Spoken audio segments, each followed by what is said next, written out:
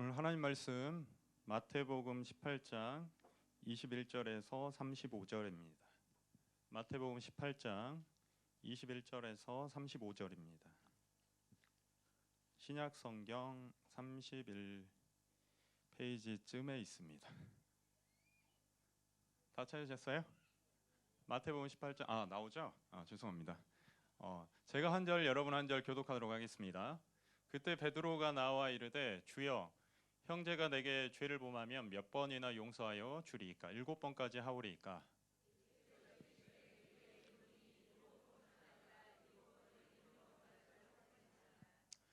그러므로 천국은 그 종들과 결산하려 하던 어떤 임금과 같으니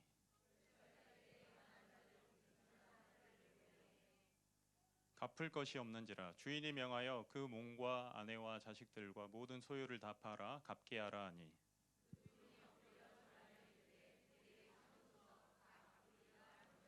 그 종의 주인이 불쌍히 여겨 놓아 보내며 그 빚을 탕감하여 주었더니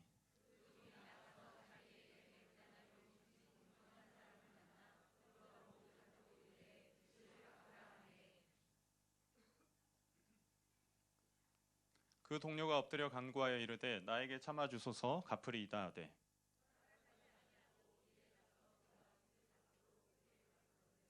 그 동료들이 그것을 보고 몹시 딱하게 여겨 주인에게 와서 그 일을 다 알리니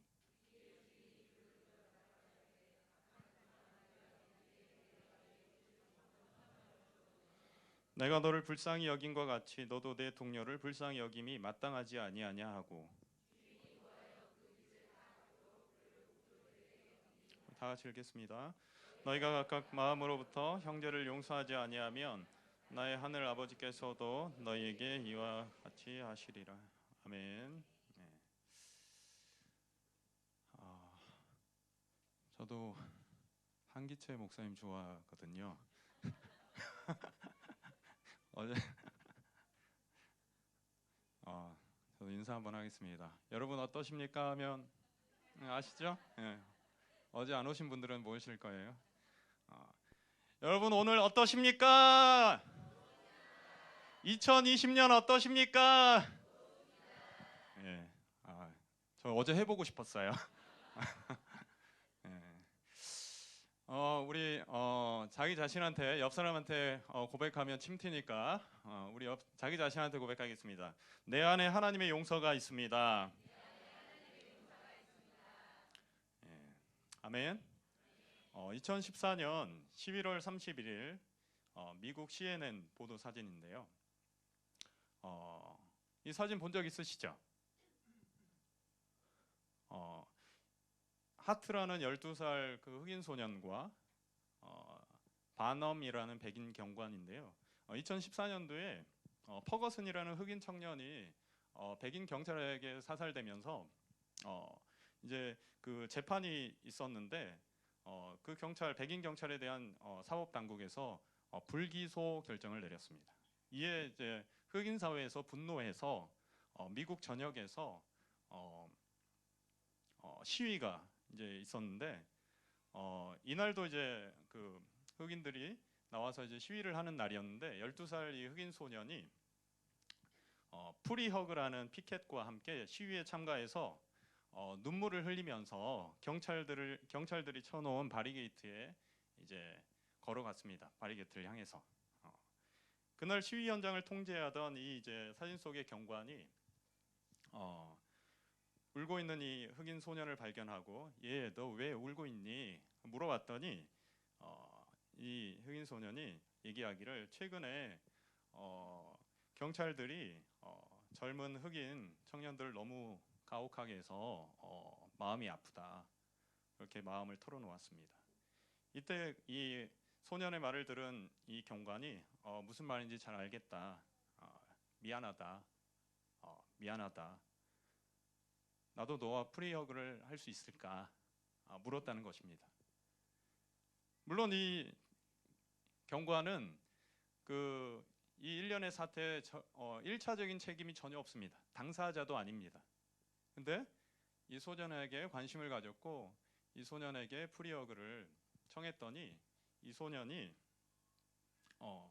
사과하는 이 경관을 향해서 이렇게 사진 속의 모습처럼 끌어안았다는 것입니다. 그것을 옆에서 지켜봤던 한 사진 작가가 이걸 찍어서 이제 자기 페이스북에 올렸는데 이게 미국 전역에 이제 알려지면서 이 사진 한 장으로 그 당시에 극단적으로 치달았던 그 흑인 사회의 그 분노가 사그라들었던 결정적인 계기가 되었다는 거죠. 이 사건을 볼 때 우리가 우리 안에 그 용서의 힘이 굉장히 강력하다는 것을 알고 있습니다. 이 두 사람의 화해가 미국 사회에 그동안 정말 대통령까지도 흑인이 나올 정도로 많이 변화된 사회이지만 그럼에도 불구하고 그때까지 누적되었던 그런 갈등이 폭발했을 때 그 둘 사이에 이 두 사람의 화해가 가교 역할을 했다는 것입니다. 오늘 본문 말씀은 용서가 제대로 작동하지 않은 성경 속에서 찾을 수 있는 대표적인 예라고 볼 수 있습니다. 다음 장면 넘어요. 또 어떤 분은 이렇게 생각할 수 있죠. 또 1만 달란트 비유야? 저도 그래요. 또 이거 설교해야 되나? 아마 모르긴 몰라도 우리 성도들이 이제 신앙생활하면서 교회에서 1만 달란트 비유 한 몇 번쯤 들었을까 제가 생각해 보니까 한 1만 번쯤 들었을 것 같아요. 그래서 제가 생각을 해봐서 1만 번 들었으니까 만에 한 번 더 들은다고 뭐가 달라지겠어? 그래서 용기를 내서 뻔한 얘기 같지만 뻔한 메시지를 뻔하지 않게 하는 게 굉장히 어렵죠. 저 끙끙 앓았습니다. 근데 솔직히 제 속에서 불편한 진실은 네가 용서받았으니까 너도 용서하는 게 마땅하지 않아? 머리로는 이해되죠. 그렇죠? 근데 사실 그게 쉽지 않다는 거죠. 세상에서 어려운 일 3가지가 있다고 그럽니다. 첫 번째, 비밀을 지키는 일. 두 번째, 자기 시간을 최대한 활용하는 일. 공감이 되죠? 세 번째 뭘까요? 그렇죠. 눈치가 빨라야죠. 용서하는 일. 그러니까 용서에 힘이 있다는 거 인정해요. 용서가 굉장히 능력이 있고 정말 반목을 줄이고 하나 되게 하는 놀라운 능력이 있다는 걸 우리가 알지만 어렵다는 거죠. 어렵다는 거죠. 아까 그 사진이 보여주는 것은 어렵다는 걸 말해주고 있어요. 어려우니까 또 몇 년간 그렇게 갈등이 누적됐다는 거예요.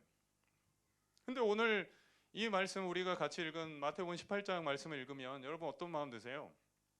설득되세요? 네가 용서받았으니까 너도 용서해야 돼. 설득되세요? 머리로는 이해하는데 우리 삶의 현장으로 돌아가 보면 굉장히 하기 싫을 때가 많죠. 네. 그러면 이 성경 본문이 세상에서 똑같은 얘기를 이 성경에서도 이만큼 용서가 어렵다 이걸 말하려고 예수님이 이 비유를 들었을까요? 세상에서도 어려운 일이고 하나님 나라에서도 그렇게 용서가 어렵단다. 끝. 그걸 말씀하려고 이 비유를 들었을까? 이 본문이 주는 다른 여지가 없을까? 그걸 이제 고민을 해보게 되었습니다. 먼저 그 달란트. 그럼 1만 달란트가 과연 얼마나 어느 정도의 돈일까? 달란트가 중량 단위이기도 하고 화폐 단위이기도 하는데 중량으로는 한 구약과 신약의 그 시대적 차이에 따라 조금 다르지만 20kg에서 한 40kg 정도 된다고 해요. 근데 이제 화폐 단위로 쓰였을 때는 한 달란트가 6,000데나리온이라고 합니다. 포도원 품꾼의 비유 기억하시죠? 하루 일한 삭시 한 데나리온. 그러면 한 달란트는 6,000데나리온이니까 며칠? 6,000일. 나누기 365 하면 몇 년? 16년이 조금 넘습니다. 그러니까 16년 동안 고스란히 일해서 모아놓은 돈 하면 여러분 잘 와닿지 않죠? 굉장히 큰 돈이겠지라고 생각하는데 그 와닿지 않으니까 오늘 본문에 1만 달란트랑 100데나리온 100 이스라엘에서 번제물 드리잖아요. 소 한 마리 값이 100에서 200데나리온 정도 한대요. 그럼 100데나리온이면 못해도 안 좋은 소라도 한 마리 살 수 있다는 거예요. 그러면 한 달란트는 6천 데나리온이니까 몇 마리? 60마리. 어렵죠. 지금 피곤해 죽겠는데. 그러면 한 달란트가 60마리. 그러면 한 달란트가 아니라 1만 달란트. 그러면 60만 마리. 와닿죠? 60만 마리 헤쳐먹고 한 마리 안 갚았다고 지금 멱살 잡은 거예요.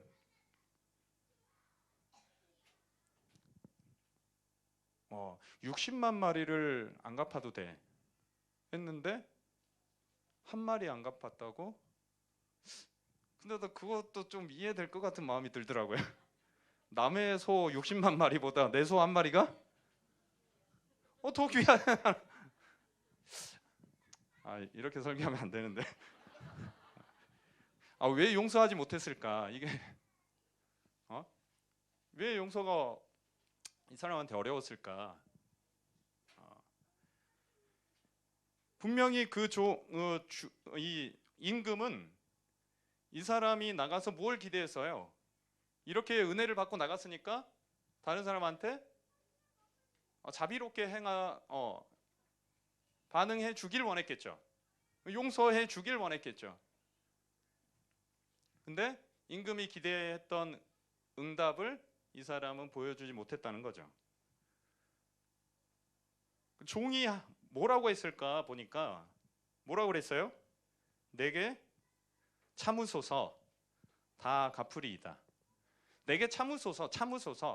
주인이 지금 막 흥분해가지고 화가 나서 야 너 60만 마리 너 헤쳐먹었어? 너 그러면 너도 팔고 네 처자식도 다 바로 갚어. 막 화가 날 수 있죠. 그 참으소서 내가 갚으리이다. 그러니까 진정하세요. 화내지 마세요. 이런 게 아니라 이 단어를 찾아보니까 시간을 좀 주세요. 조금만 연장해 주세요. 그러면 내가 갚겠습니다. 이런 말이더라고요. 그러니까 시간을 지체하는 거. 좀 오래 좀 참아주는 거. 그러니까 다시 쉬운 말로 설명을 하면 시간을 주시면 갚겠습니다. 시간을 주시면 갚겠습니다. 저는 이게 문제라고 저는 생각을 합니다. 이 지점에 문제가 있다고 생각합니다. 여러분 1만 달란트는 예수님이 베드로와의 대화 속에서 베드로가 7번 참으면 예수님 되겠습니까? 했더니 베드로 형제가 잘못하면 베드로 형제 누구예요? 안드레인가? 베드로가 형이고 안드레가 동생이면 우리 집 애들도 큰애는 굉장히 억울할 것 같아요. 동생이 막 큰애 잘 놀고 있으면 가서 막 해쳐요. 뺏기도 하고. 그러다가 큰애가 뭐라고 하면 쪼르르 와서 누구한테 일러요? 엄마한테 일고 아빠한테 일러. 그러면 엄마 아빠는 또 그 상황을 모르니까 누굴 혼내? 큰애를 혼내니까 큰애가 계속 참게 된단 말이죠. 그 7번 참으면 되겠습니까? 랍비들도 3번이면 충분하다고 보통 그랬는데 7번이면 베드로 입장에서 굉장히 많이 참아주는 거죠. 베드로 입장에서 굉장히 관대한 예수님한테 굉장히 자기 딴에는 관대한 수준을 제시한 거예요. 근데 예수님 뭐라 그랬어요? 7번씩 70번까지 해라. 그거 490번. 근데 저도 맞아들이거든요. 490번 세가면서 참을 수 있을 것 같아. 진짜로. 그리고 언제? 491번째 너 죽었어. 근데 나 같은 사람 있나 봐요. 이런 말이 있더라고요. 진정한 용서는 복수를 미루어 놓는 것이 아니다. 그러니까 여러분 애들이 잘못할 때 엄마들 뭐라 그래요? 하나, 너 둘, 셋 이리 와. 근데 일곱 번까지 세는 사람이 있어요? 엄마들? 없죠. 세 번까지 참아주죠. 베드로 딴에는 일곱 번까지 참아준 거 아니에요? 어?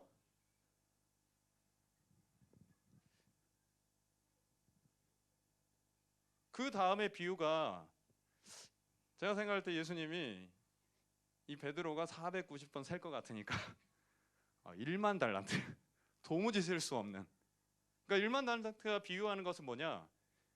도무지 갚을 수 없는 엄청난 빚을 얘기를 하고 있습니다. 사람의 힘으로. 그러니까 이 빚은 너무나 크기 때문에 이 사람 종의 말은 뭐예요? 시간을 연장해 주시면, 보통 뭐 빚진 사람들이 하는 말이 그거죠. 조금만 참아주시면, 연장해 주시면 갚겠습니다. 그러니까 조금만 시간을 주시면 갚겠습니다. 이 말이 틀린 거죠. 이 1만 달란트라는 이 빚은 시간을 줘도 못 갚는 빚이에요. 여러분, 이게 사실 우리와 하나님 사이에 진 빚입니다. 우리가 하나님 앞에 죄의 빚을 졌는데, 우리가 하나님 앞에 진 빚은 우리가 시간을 주면 갚을 수 있는 게 아니에요. 오히려 시간을 주면 그 빚이 늘어날 뿐이에요. 믿으십니까? 그런 빚을 우리가 탕감받은 줄 믿습니다. 하나님한테만 이런 빚 지는 게 아니에요. 사실은 옆에 동료들한테도 져요. 인생을 살아가는 인간 동료들, 배우자, 또 우리 자녀들. 여러분, 큰아이한테 죄책감 안 느끼시는 분? 처음 우리가 아이를 기르다 보니까 말이 안 되게 큰애한테 너무 막 함부로 했던 것 같아요. 막 소리도 막 지르는 거. 근데 둘째한테는 어떻게 돼요? 둘째부터는 조금 관대해져요. 그러니까 큰애한테 죄책감이 없는 부모는 없을 거예요. 그러니까 우리가 애들한테 늘 공정했던 게 아니죠. 공의롭게 대했던 게 아니죠. 빚진 거죠, 빚진 거. 얘한테, 또 우리 배우자한테, 또 우리 지구역에서는 우리 지구역 식구들한테 우리는 늘 빚을 지고 살아갑니다. 옆에서 참고 있는 거지. 뒤통수 때리고 싶은데 뒤통수 때렸다가는 구역 예배 안 나올 것 같으니까 그냥 꾹꾹 참아. 그냥 나와주니까 고맙다. 이렇게 하면서 우리가 같이 지구역 예배를 드리고 작년 대교구를 이루어가는 줄 믿습니다. 그러니까 우리가 어떤 사람이 인생이란 것이 용서받으면서 관용을 받으면서 살아가는 게 인생이래요. 어떤 인생도 빚 안 지고 살 수 없다는 거예요. 하나님께도 죄의 빚을 지고, 옆 사람한테도 죄의 빚을 지고, 심지어 자녀들한테도 죄의 빚을 지고, 우리의 실상은 이 말씀에 나온 것처럼 갚을 것이 없는지라. 우리 따라하겠습니다. 갚을 것이 없는지라. 우리 안에 도무지 우리가 지고 살아가는 이 빚을 갚을 것이 하나도 없다는 거예요. 그게 우리 인간의 실상이라는 거죠. 그러니까 이 엄청난 빚을 우리가 깨달을 때, 이 빚은 시간을 준다고 내가 갚을 것이 아니라, 시간 주면 더 눈덩이처럼 벌어, 이 빚을 내가 하나님께도 탕감받았고, 가족들한테도 탕감받고, 자녀에게도 용서받고, 지금 용서받으면서 우리가 이 인생길을 걸어가는 줄 믿으시길 바랍니다. 결국 그 종은 자기가 갚을 수 있다고 생각했던 게 잘못이에요. 사실 여러분, 이 종은 용서를 그래서 받았을까요? 못 받았을까요? 이 종이요. 이놈. 주인이 탕감해줬는데 종은 용서를 못 받았다? 좀 이상하지 않아요? 뭐 자기가 받든 말든 주인이 용서해줬으니까 용서받은 것인가? 이게요, 이상하지 않습니다. 주인은 용서해줘도 그 사람이 용서 안 받을 수 있어요. 우리 자신을 보면 알아요. 하나님 늘 용서한다고 그래요. 하나님 늘 사랑한다고 그래요. 근데 우리는 어때요? 그거 받아들여요? 못 믿을 때가 많죠. 주님은 늘 성경을 펼치면 용서해 준다고, 사랑해 준다고, 언제든지 나오면 씻어 준다고 얘기를 하는데, 우리가 뭔가 실수하고 잘못하고 뭔가 내 기준에 도달하지 못했을 때, 실패했을 때 어떤 마음 들어요? 하나님이 용서해 준다는 게 안 믿어져. 하나님은 용서해 하시는데 나는 용서를 안 받아. 그러다 어떻게 해요? 충분히 괴로워한 다음에 천부의 의지 없어서 손 들고 옵니다. 그리고 그때 하나님 용서를 받아들이니까 막 마음이 가볍고, 참 이렇게 좋은 걸 왜 내가 거부하고 있었을까? 저만 그런가?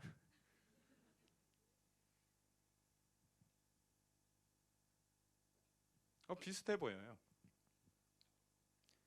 사실 우리가 우리 자신을 괴롭힌들 죄가 하나라도 우리가 갚는 게 아니에요.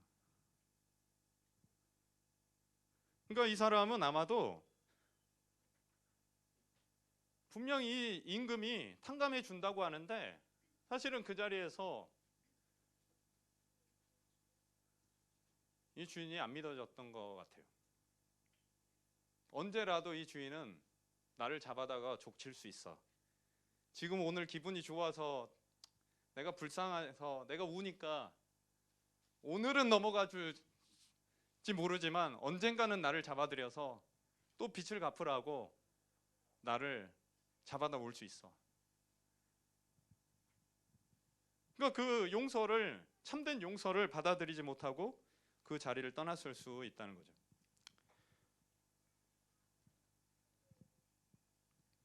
그러니까 분명한 것은 마태복음 19장의 이 종은 하나님의 용서가 작동되지 않았다는 거죠.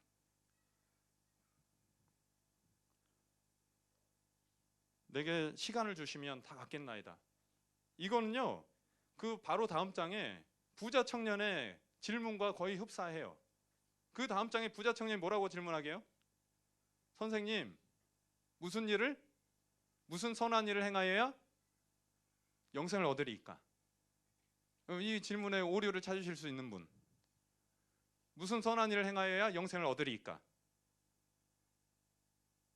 이 청년은 선한 일을 통해서 영생을 얻을 수 있다 없다?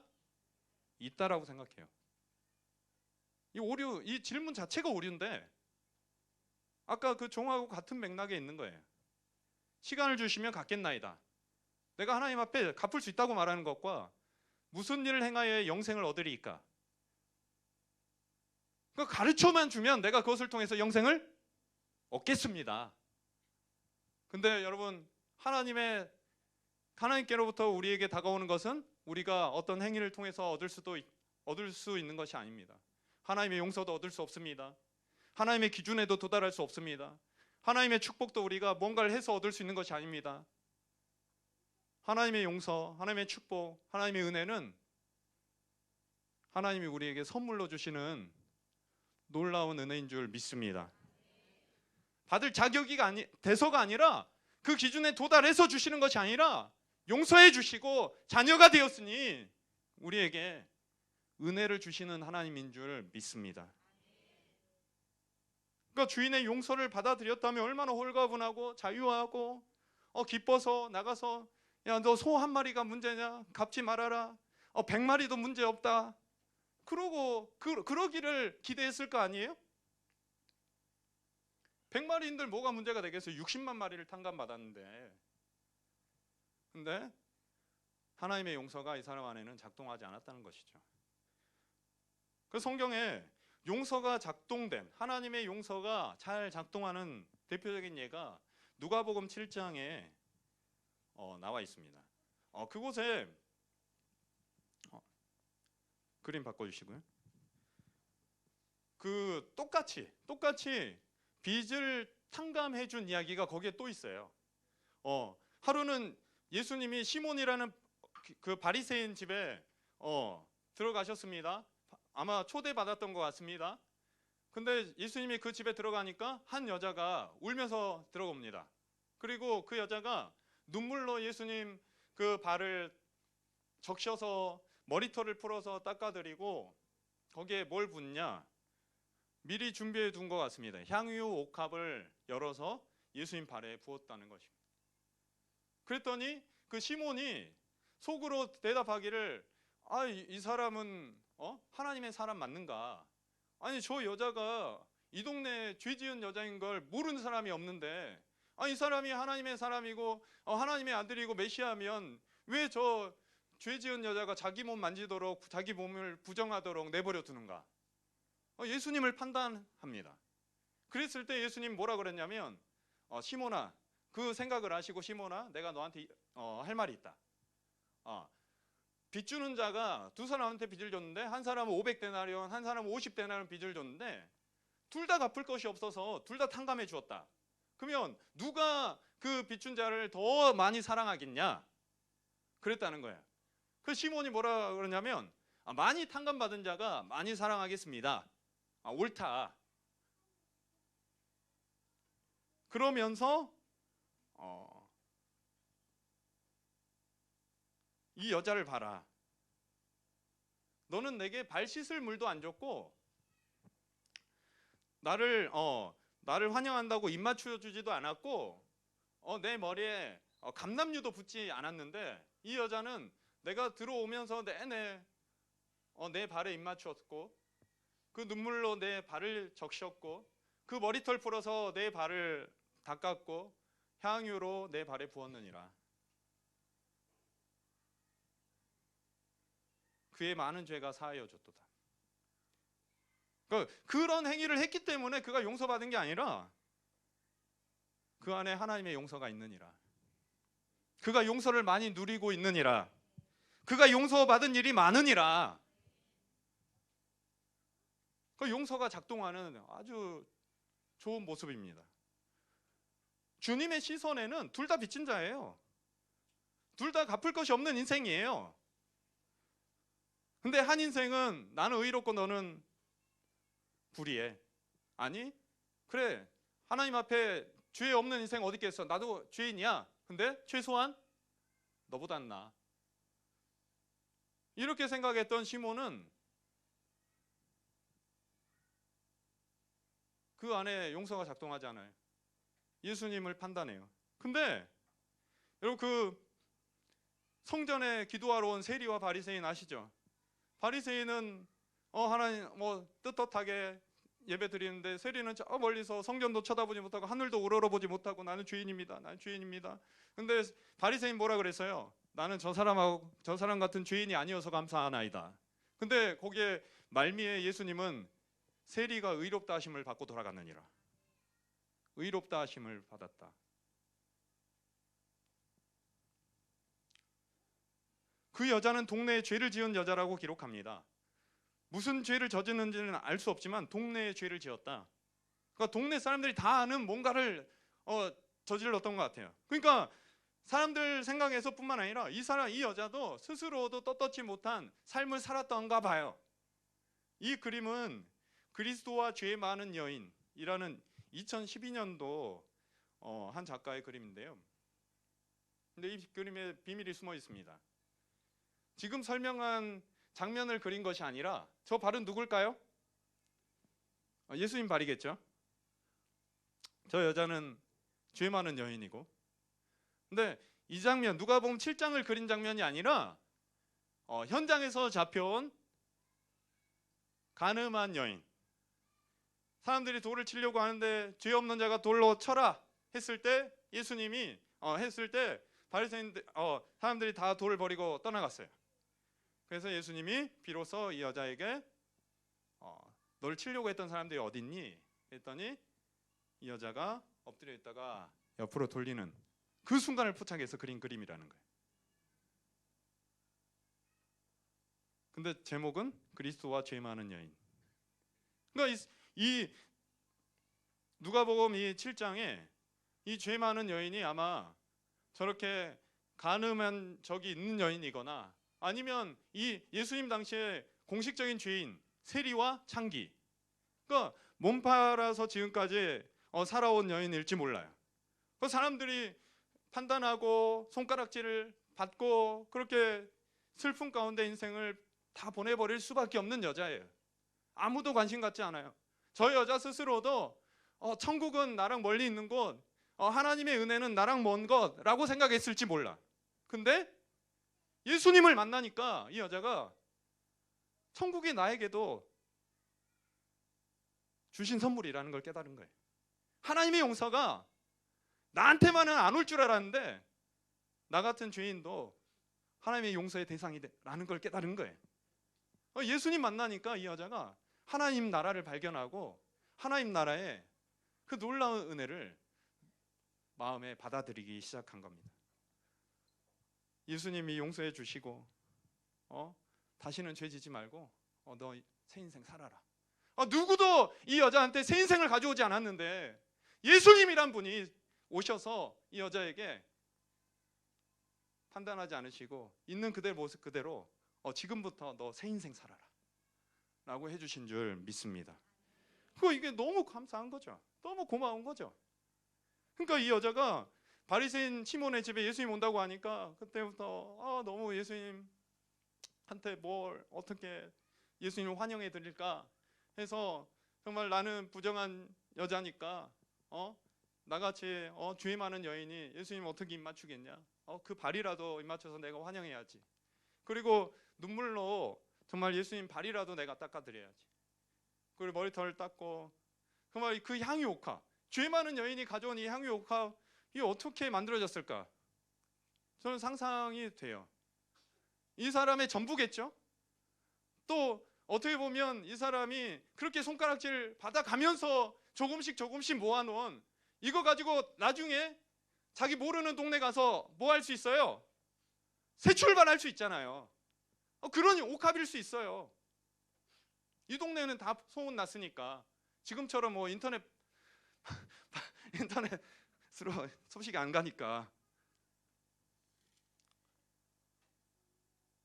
그래서 그 여자의 소유의 전부일지 모르는 가장 소중한 옥합을 열어서, 여러분 이 당시에 기름을 머리에 부었단 말이죠. 손님이 오면. 근데 이 여자가 발에 부었어요. 이 옥합은 이 여자한테 가장 중요하고 소중하고 어떻게 보면 새 인생을 열 수 있는 자기 생명과도 같은 것인데, 이것마저도 예수님, 이 귀하신 예수님, 이 고마운 예수님 머리에 부어드리긴 아깝다는 거예요. 모자란다는 거예요. 이거 모자란다는 거예요. 예수님 너무 귀하신 분이니까 머리에 붓기는 너무 이것마저도 모자라다. 이거는 내게 생명과도 같지만 예수님께 드리기에는 너무 모자라니 내가 이 귀하신 분 발이라도 이 기름을 발라드려야겠다. 그 발에 부었다는 거예요. 할렐루야. 이게 바로 예수님의 그 용서가 작동하는 놀라운 장면인 줄 믿으시길 바랍니다. 여러분 아무리 죄를 적게 짓고 많이 짓고 근데 둘 다 갚을 것 없는 사람들이에요. 우리는 뭐 적게 짓는다고 해서 경중을 따질 수 없겠지만 아무리 적게 지어도 이 사람마저도 그 인생을 살아가면서 하나님께 1만 달란트 같은 엄청난 빚을 질 수밖에 없는 죄인이라는 거예요. 그러니 예수님 눈에는 용서를 누리고 있느냐?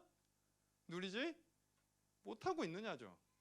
이 바리새인 시몬마저도 예수님은 찾아가신 거예요. 그 집에. 너 바리새인이니까 너는 내 용서의 대상이 아니다. 이게 아니라 이 사람도 예수님의 하나님의 그 무한하신 용서를 누리길 원하고 그 안에서 용서가 작동하길 원했는데 이 바리새인에게는 그것이 들어가지 않은 거죠. 왜? 이 사람은 이 죄 많은 여인보다 난 너보다 나아. 이런 마음이 있는데 어떻게 자기의 죄를 깨달아요? 우리가 주님의 용서를 많이 누리면 누릴수록 내가 죄인임을 깊이 깨달으면 깨달을수록 이 심각한 죄인을 용서해 주시는 그 하나님은 얼마나 놀라운 분인가. 그분의 용서하심은 과연 이해가 안 된다. 그런 사람이 나가서 멱살 잡을 수 있을까요? 목을 비틀 수 있을까요? 아마도 그렇게 무자비하게는 하지 않을 것 같아요. 그러면 이 여인 예수님이 그럽니다. 용서를 받은 일이 적은 자는 적게 사랑한다. 용서가 자기 죄를 깊이 깨닫지 못하니까 용서받을 일이 없죠. 나는 죄인 아닌데? 근데 이 여자는 자기 인생을 들여다봐도 죄고 뭐 다 사람들도 죄인이라 그러고 자기 스스로도 떳떳하지 못한 죄인이에요. 근데 예수님 만났을 때 그 모든 것을 덮어주시는 이 하나님의 그 놀라운 은혜가 깨달아지니까 자기 귀한 거라도 아낌없이 주님께 그것도 모자란다는 거예요. 이 귀한 주님께 드리기에는. 이 부분이 우리의 헌신이 시작되어야 되는 자리인 줄 믿습니다. 우리의 올해 2020년에 우리가 무엇을 하든지 이런 마음으로 드려야죠. 우리 딴에는 우리의 물질, 우리의 시간, 선교를 가든 단기 선교를 가든 또 우리의 봉사로 드려지든 내 직분을 맡든 이것이 나한테는 굉장히 큰 결단이고 내가 많은 희생을 해야 되는 부분일지라도 나를 용서해 주신 그분이 얼마나 귀한 분인가, 그분한테 드리기에는 이것마저도 모자란다. 이것이 우리의 헌신이 시작되어야 되는 자리인 줄 믿습니다.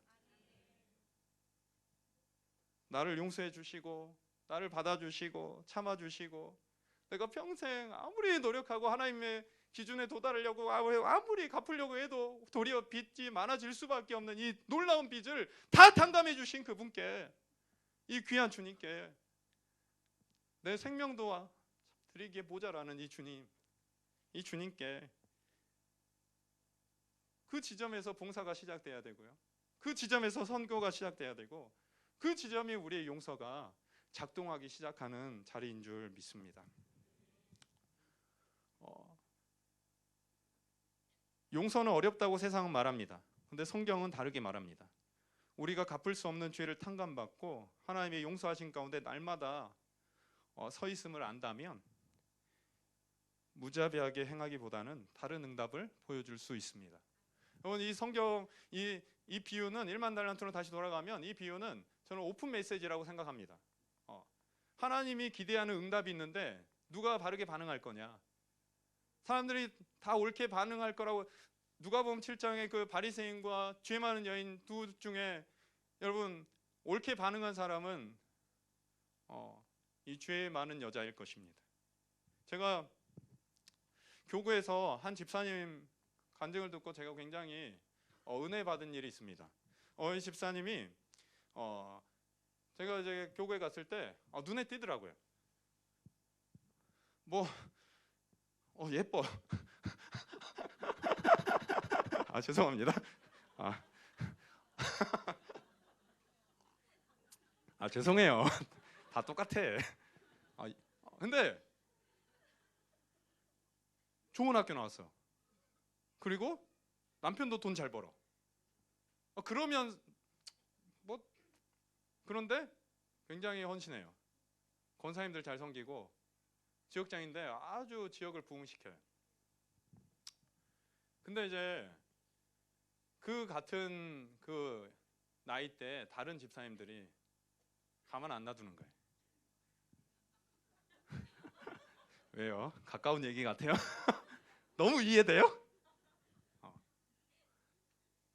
그래서 심지어 일단은 일을 잘하니까 뭔 일을 막 시키잖아요. 그러면 막 리더를 시키려 그러면 목사님 앞에서는 굉장히 이 사람을 막 대우해주고 이분이 잘한다고 목사님 이분한테 시키라고 하면서 뒤로는 막 협박 문자 보내고 네가 뭔데 우리의 리더가 됐냐? 이런 일이 있어요. 내가 거짓말하는 게 아니에요. 네가 뭔 잘난 척이야? 그러니까 이 사람이요 얼마나 상처를 많이 받았겠어요? 자기가 잘나고 싶어서 잘났나? 잘나게 태어난 걸 어떻게 해?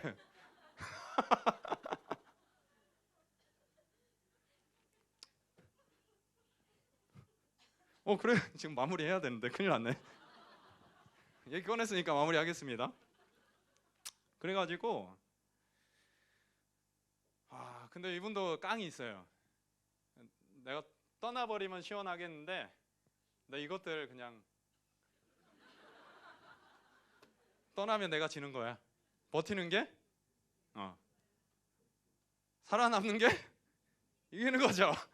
그래가지고 아무리 뭐라 그래도 그냥 이 수준 떨어지는 것들 니들이 그래봤자 나 안 떠나. 나 일 더 잘해버릴 거야. 더 헌신해버릴 거야. 그러고 버텼단 말이죠. 그러니까 상처를 많이 받고 이분한테 뭔가 용서를 얘기를 할 수가 없어요. 너무 그 기한이 너무 오래됐고 또 몇 년이 됐어요. 몇 년 동안 그렇게 괴롭힌 거예요. 이 수준 떨어진 것들을 상대해줬더니 내가 참아줬더니 별의별 짓을 다 하는구나 하면서도 참아야지 무시하고 자기 할 것만 했는데 그렇게 비교 우위에서 늘 이렇게 내려다보고 이 저것들 그 자기가 늘 피해자인 줄 알았다는 거예요. 그러니까 이 사람들 용서하라 그러면 그 말이 더 상처가 되는 거예요. 나중에 이 사람이 고백합니다. 솔직히 용서했다고 할 수는 없지만 그들 마음이 조금 이해가 됐어요. 라고 그러더라고요. 아니 집사님 왜 어떻게 된 거예요?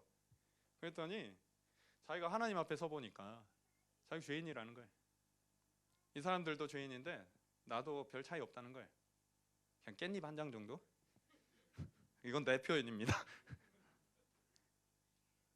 자기가 얼마나 죄인인지 깨닫고 보니까 자기가 피해자가 아니라 자기도 어쩌면 이 사람들한테 원인 제공했을 수 있다는 게 생각이 되더라는 거예요.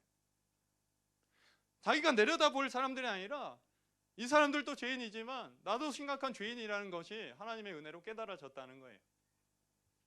그러면서 스스로 저것들보다 낫다고 늘 여기면서 비교 우위에 윗자리에 앉아서 늘 겉으로는 못해도 속으로는 무시하면서 그런 자기의 모습이 보여지니까 놀랍게 그때부터 용서가 작동하기 시작했다는 거예요. 그들 마음이 이해되고 저렇게 할 수밖에 없었을 수도 있겠다. 내가 어쩌면 저들을 충동했을 수도 있겠다. 이런 마음들이 느껴졌다고 저한테 간증을 하더라고요. 저희가 굉장히 은혜 받았어요. 제가 이 간증을 하겠다고 미리 허락을 받았습니다. 실명은 얘기하지 않았고 하겠다고. 여러분 자기가 죄인인지 깨닫지 못하면 절대로 그 사람은 하나님 용서를 누릴 수가 없고 내 안에서 용서가 작동될 수가 없습니다. 근데 1만 달란트처럼 도무지 갚을 수 없는 죄가 완전히 하나님께 내가 용서받고 탕감받고 정말 우리 인생을 여러분 용서가 굉장히 풍요롭게 할 줄 믿습니다. 이 공동체를 살릴 줄 믿습니다. 올해 정말 사랑과 용서가 빠져서 다른 걸 한다면 아무리 그것은 탁월해도 그건 의미가 없을 겁니다.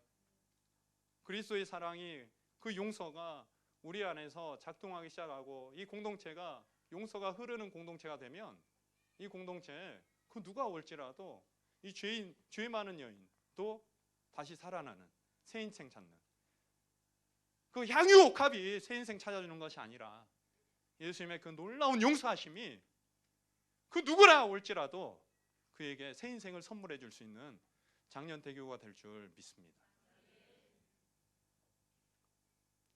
여러분 그래서 제가 내린 결론은 이겁니다. 용서는 의무가 아니라 특권이다.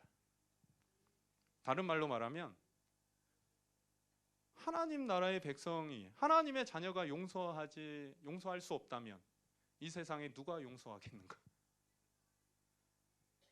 하나님 나라의 백성이 용서가 작동하지 않는다면 세상에 그 어떤 사람 속에서 용서가 작동되겠는가?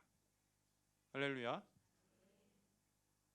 저와 여러분이 2020년도에 하나님이 기대하시는 그 응답들이 우리 안에서, 우리 삶에서, 우리 가정에서, 또 우리 부부 관계 속에서, 또 우리 자녀들과의 관계 속에서 있기를 주의 이름으로 축원드립니다. 우리 기도하겠습니다. 좋으신 하나님 감사합니다. 하나님께서 오늘 또 우리를 얼마나 용서해 주시고 도무지 갚을 수 없는, 아무리 우리한테 기회를 줘도 그 빚이 늘어날 뿐이고 많아질 뿐이고, 이 갚을 수 없는 죄를 오늘 또 용서받고 완전히 탕감받고, 이렇게 죄인들이 또 주님 앞에 나와서 은혜를 누릴 수 있고 예배할 수 있고 찬양할 수 있고, 세상에서는 뜻이 안 맞으면 같이 있을 수 없는데 좀 뜻이 안 맞을지라도, 지금은 이해 못할지라도, 지금은 마음이 어려울지라도 한 하나님을 예배할 수 있고 같은 자리에 모일 수 있고 같이 기도할 수 있으니 이게 놀라운 하나님 나라의 비밀이요, 하나님의 놀라운 신비로운 은혜인 줄 믿습니다. 하나님 아버지, 오늘 용서가 작동하기를 원합니다. 올 한 해 정말 2020년을